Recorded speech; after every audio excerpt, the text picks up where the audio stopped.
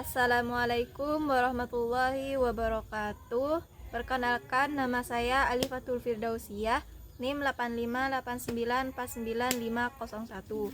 Di sini saya akan melakukan praktikum IPA yaitu simbiosis. Simbiosis adalah hubungan timbal balik antara kedua makhluk hidup yang berbeda. Simbiosis terbagi menjadi 3, yaitu simbiosis parasitisme, yang kedua simbiosis komensalisme, dan yang terakhir simbiosis mutualisme. Simbiosis parasitisme yaitu hubungan di mana satu organisme diuntungkan sementara yang lainnya dirugikan. Dan simbiosis komensalisme yaitu suatu hubungan di mana satu organisme diuntungkan sementara yang lainnya tidak dirugikan maupun tidak diuntungkan.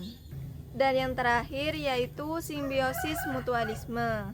Simbiosis mutualisme yaitu suatu hubungan di mana kedua organisme tersebut saling menguntungkan satu sama lain. Nah, sebelum itu saya di sini membutuhkan beberapa peralatan. Yang pertama adalah tabel pengamatan dan yang kedua adalah pulpen. Mari kita mencari beberapa macam-macam ketiga simbiosis tersebut.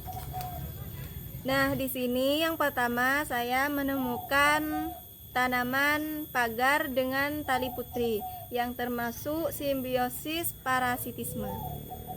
Ini adalah tanaman tali putri.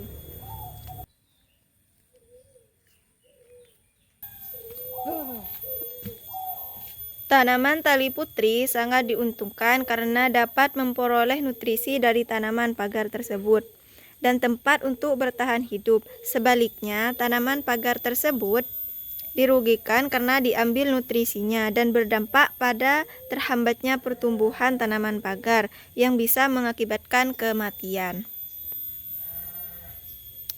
Kita bisa lihat sendiri di sini bahwa tanaman yang ada tali putrinya sebagian ada yang mati, sedangkan yang tidak ada tali putrinya, nah ini masih hidup dengan sempurna. Seperti itu.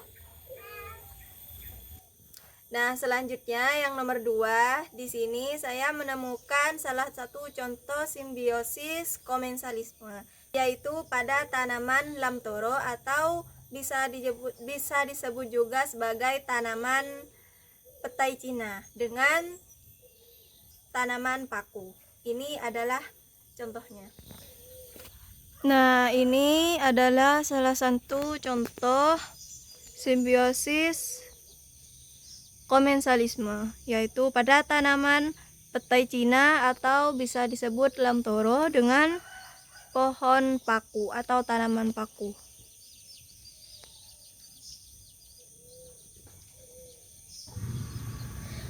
Tanaman paku menempel pada pohon petai Cina untuk mendapatkan cahaya yang maksimal dan untuk menopang hidup.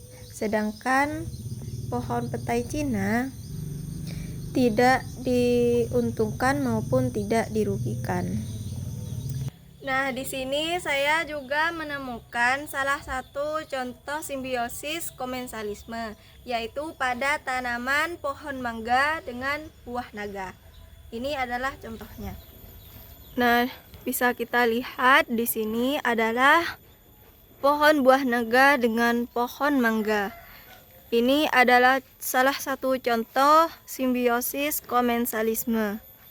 Pohon buah naga tersebut menopang hidup pada pohon mangga untuk mendapatkan cahaya yang maksimal.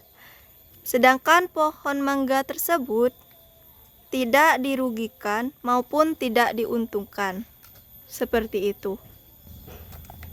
Nah, yang terakhir di sini saya menemukan salah satu contoh simbiosis mutualisme, yaitu pada cacing tanah dengan tanaman. Bisa kita lihat sendiri di sini adalah contohnya. Nah, ini adalah salah satu contoh simbiosis mutualisme, yaitu pada cacing tanah dengan tanaman atau tumbuhan.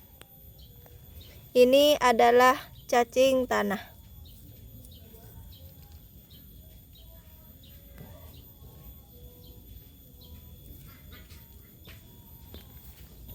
Cacing tanah menguburkan tanah agar dapat mudah ditempati, sedangkan tanaman menjadi mudah menyerap air dan zat hara dari tanah yang subur tersebut. Di sini ada juga salah satu contoh simbiosis mutualisme, yaitu contohnya adalah tanaman dengan manusia. Bisa kita lihat di sini adalah salah satu contoh manusia dengan tumbuhan.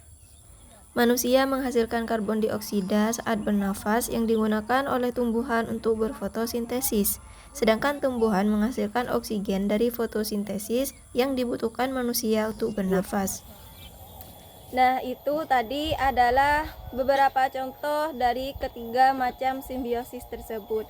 Simbiosis menunjukkan adanya ketergantungan antara makhluk hidup dengan ekosistem agar keseimbangan alam tetap terjaga. Seperti itu. Demikian dari pengamatan saya hari ini. Saya akhiri. Wassalamualaikum warahmatullahi wabarakatuh.